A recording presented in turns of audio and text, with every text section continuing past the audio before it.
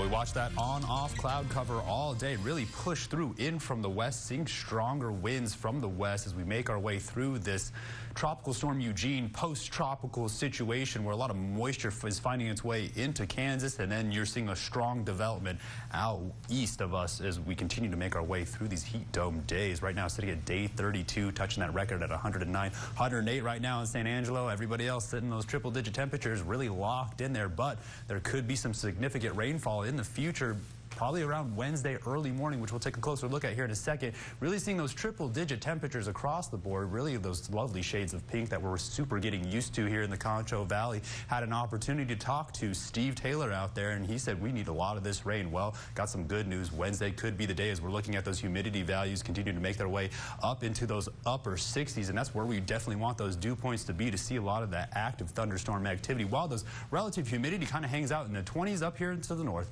while we're seeing those teens down here to the east, letting us know that that dry air is starting to push over to the east as that more moist air starts to make its way down in Sierra Madres into our area around the Big Bend region. Right now, you can see the heat dome really pushed down to the south, which we're seeing stronger easterly flow associated with it, while that post-tropical storm or that depression really continues to pull a lot of moisture in across the heat dome, but you see it quickly pushing it out to the east where they're seeing explosive storms, and that's what they're going to continue to see as we make our way through later on this week. You'll see that ridging really come back and try to fight and push back up into Utah, and that's going to cause those temperatures to dry back out here across the Concho Valley. Really seeing strong ridging all up into Wyoming until we look at next week, and then we're seeing that strong low deep and across the Great Lakes. They're in for some severe weather as a result of the tropical depression that's gone post-tropical right now. The Tuesday severe weather outlook really keeping it along that troughing that we're talking about. The south getting hit again, and when we look at Alabama and areas of Georgia, they're really seeing rapid development make its way across. That's a result of the tropical storm or that moisture that's being pulled across the nation. And then again, you see the Rocky Mountain Front Range getting hit again as that storm is developing. And then, of course, in usual fashion, we're watching New Mexico as we're seeing a lot of those storms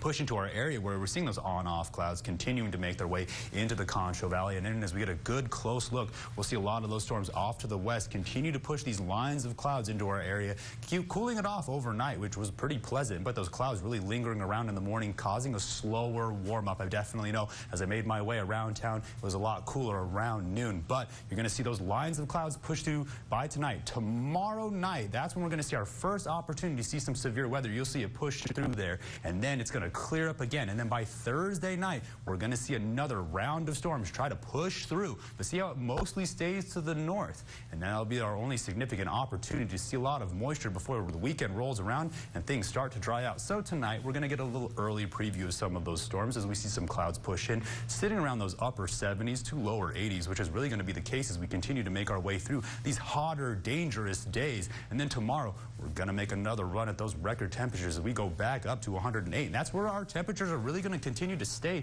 hovering right around that mark between that 108 to upper 70 to lower 80 mark as we make our way continuously through the rest of the week. We're halfway there, folks, and then we make our way into the weekend where we did see that opportunity to see some of that significant rainfall, but by the time we get to next week, those temperatures looking a little cooler as we start to find our way towards the end of August. Can you believe it already? We'll have more up after the break. You're watching KSAN News at 5.